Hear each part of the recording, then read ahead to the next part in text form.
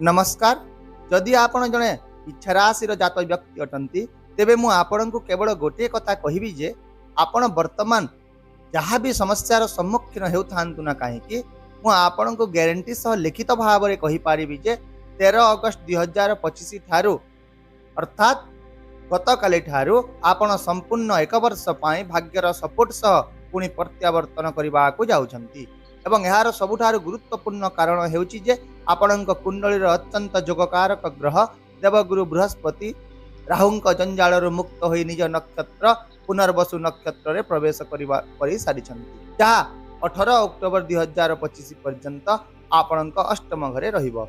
ଏହା ପରେ ମଧ୍ୟ ମୁଁ ପୁଣି ଥରେ କହୁଛି ଆପଣ ନିଜ ଜୀବନରେ କିଛି ନୂତନ କାର୍ଯ୍ୟକଳାପ ଯୋଡ଼ି ହେଉଥିବାର ଦେଖିବାକୁ ପାଇବେ ଯାହା ଆପଣଙ୍କୁ ବର୍ତ୍ତମାନ ଚାଲିଥିବା ସମସ୍ୟା ଗୁଡ଼ିକରୁ ମୁକ୍ତି ଦେବ ଏବଂ 18 ଅକ୍ଟୋବର ପରେ ତ ଏହା ଆପଣଙ୍କ ପାଇଁ ଏକ ପାଖିଆ ପ୍ରଗତି ନିଶ୍ଚିତ ଭାବରେ ସୃଷ୍ଟି କରିବ।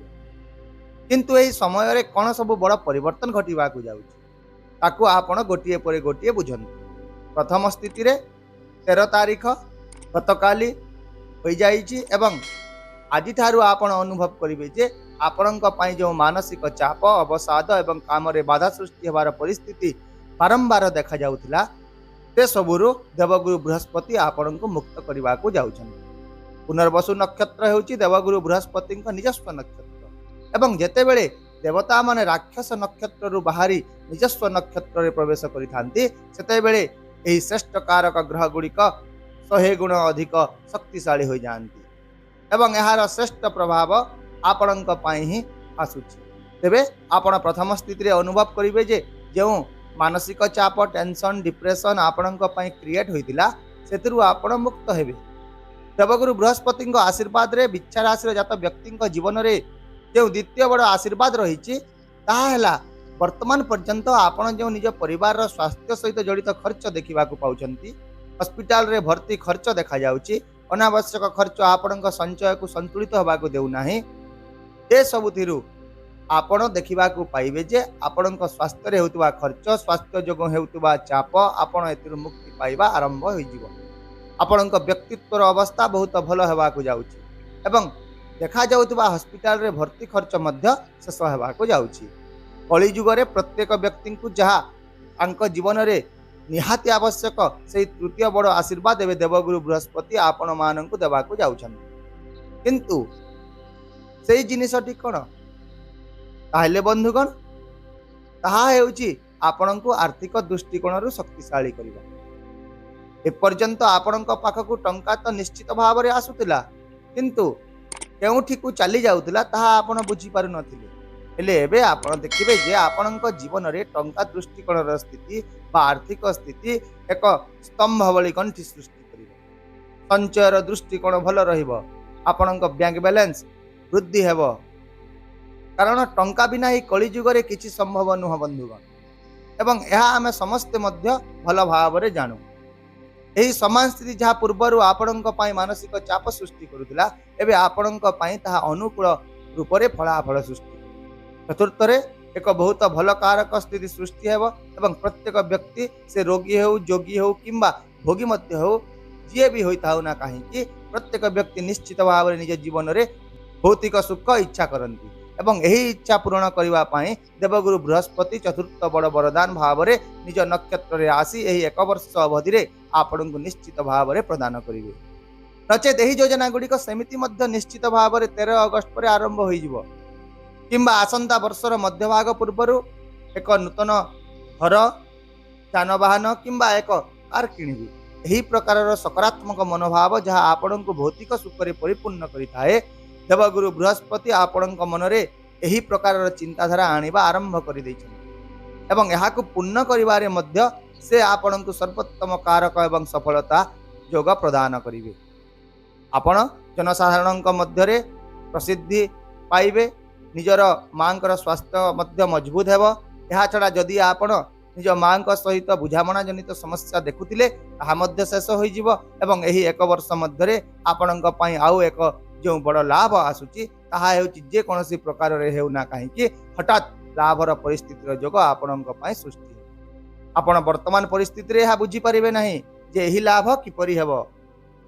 तथापि मु आपनको कही देउची जे यह कौन आर्थिक लाभ होइपारे किंबा स्वास्थ्य जनित लाभ होइपारे किंबा आपणकर किछि काम जदि अटकी रहितिला जहाको आपण लक्ष्य प्रयास करबा सत्त्वे मध्य संपूर्ण करि पारु नथिले एही विषय रे मध्य होइपारे आउ मध्य एपरि किछि हठात लाभर कार्यकलाप होइपारे जहा विषय रे कि आपण केबे भाबि नथिबे एवं यह एही एक वर्ष अवधि रे 13 अगस्त सक्रिय हेबा सह समाप्त मध्य हेबो। तेबे देवगुरु बृहस्पति आपण को एही प्रकार एक विराट आशीर्वाद प्रदान यह व्यतीत आपण को भाग्यर समर्थन सहित ये 5टी बड़ परिवर्तन निश्चित भाव में 13 अगस्त 2025 रु जून 2026 मध्य देखा मिल। एबे प्रश्न उठुची कौन समस्त बिच्छा राशि लोकंक पाई देवगुरु बृहस्पति फल समान प्रकार रहिबो। तेबे शास्त्र अनुसार जदि देखिबा यह केबे मध्य संभव होई पारिबो नाही। यार कारण हेउची जे आपण जेउ ग्रहर भविष्यवाणी शुणुचंती ताहार स्थिति मध्य आपणक कुंडली रे एक भल घरे रहितिबा सबुठारु गुरुत्वपूर्ण विषय। यह आपण किपरि जानि पारिबे बृहस्पति स्थिति आपणक कुंडली रे केमिति रहिछि भल रहिछि ना खराब रहिछि। तेबे एथिपाई आपण वर्तमान ही आपणकर जन्म कुंडली बा जातक खोलंतु एवं मु जेउ सब गुरुंक स्थिति विषय रे कहूछि ता भल भाव रे बुझंतु कारण सबु किछि एहा ऊपर ही निर्भर करिथाय। तेबे आपणकर लग्न स्थान रो अर्थात जातकर जोठी ल लेखा होइतिबो बा च लेखा होइतिबो सही स्थान रो देवगुरु बृहस्पति आपणक कुंडली रो षष्ठ अष्टम किंबा द्वादश घरे रहिबा उचित नुह।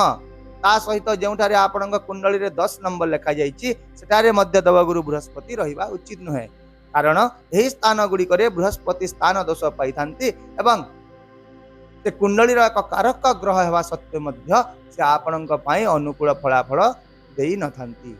किंतु यह व्यतीत जदि लग्न देवगुरु बृहस्पति षष्ठ अष्टम किंबा द्वादश घरे ता सहित दशम स्थान रे मध्य नहांती तेबे एही वीडियोटी को डाउनलोड करि रखि थांतु एवं जदि देवगुरु बृहस्पति 13 अगस्त रु जून 2024 पर्यंत आगामी एक वर्ष मध्य रे आपणक पई कोनोसी बड़ परिवर्तन आनंती नाही तेबे मोते निश्चित भाव रे कमेंट करि कहंतु गाली करंतु। ताहेले बंधुगण एबे आसंतु जानिबा देवगुरु बृहस्पति सर्वोत्तम कारक लाभ पाइबा पाई कौन सब प्रतिकार करवा उचित। प्रतिदिन ओम गुरवे नमः गोटे माला आपण जप करंतु बहुत भल रहिबो। यदि विष्णु सहस्र नाम पाठ करवा संभव नुहे तेबे निश्चित भाव में शुणंतु केवल शुणिबा द्वारा मध्य आपण को बहुत लाभ मिलिबो। चलिबा बुलिबा समय रे ओम नमो भगवते वासुदेवाय नमः एही मंत्र जप करंतु। यदि देवगुरु बृहस्पति आपण कुंडली रे एक भल घरे रहिचंती दुर्बल अवस्था रे नहांती तेबे आपण टोपाज रत्न मध्य पिंधंतु यह बहुत सुंदर भाव में आपण को लाभ प्रदान करिवो। तथापि मोर परामर्श या रहिबो जे पिंधिबा पूर्वरु आपण जने भल विद्वान द्वारा आपण कुंडली थरे विश्लेषण कराई नियंतु। एही समय रे सर्वाधिक परिमाण रे हळदिया जिनिस सेवन करंतु। तथापि बंधुगण आउ गोटे कथा विशेष भाव में मन रखंतु देवगुरु बृहस्पति जदि आपण कुंडली रे भल स्थिति रे अछंती तेबे आपण टोपाज पिंधिबा उचित। किंतु जदि देवगुरु बृहस्पति भूल स्थान रे रहिचंती एवं आपण सेठारे टोपाज पिंधि दियंती तेबे आपण निजे ही निज पाई समस्या ही सृष्टि करबा को जाउछंती। तेणु एही प्रकार रो भूल करंतु नाही। कुंडली को निश्चित भाव में विश्लेषण कराई सारिला परे ही एही रत्न पिंधंतु। ताहेले एही परि भाव में 13 अगस्त रु एक बहुत सुंदर योग आपणक जीवन रे प्रवेश करबा को जाउछि। तेणु आपण एही समय सदुपयोग करंतु। आशा करुछि मु देइतिबा ए विशेष सूचना गुड़िक निश्चित भाव में आपण को पसंद आसीथिबो एवं सठिक दिग्दर्शन दबारे सहायक हेबो। तेणु यदि वीडियोटी पसंद लागिला तेबे दया करि याकु लाइक करि दियंतु निजर बंधु एवं परिवार लोकंक सहित शेयर करंतु। चैनल को यदि नुआ ही आसीचंती सब्सक्राइब करबा सह हाइप मध्य करि दियंतु। ताहेले आसंता काली आउ एक नूतन सूचना वीडियो सहित मु पुणी थरे आपणक सम्मुख रे उपस्थित हेबी। से पर्यंत विदाय दियंतु। रहुछि नमस्कार। जय जगन्नाथ।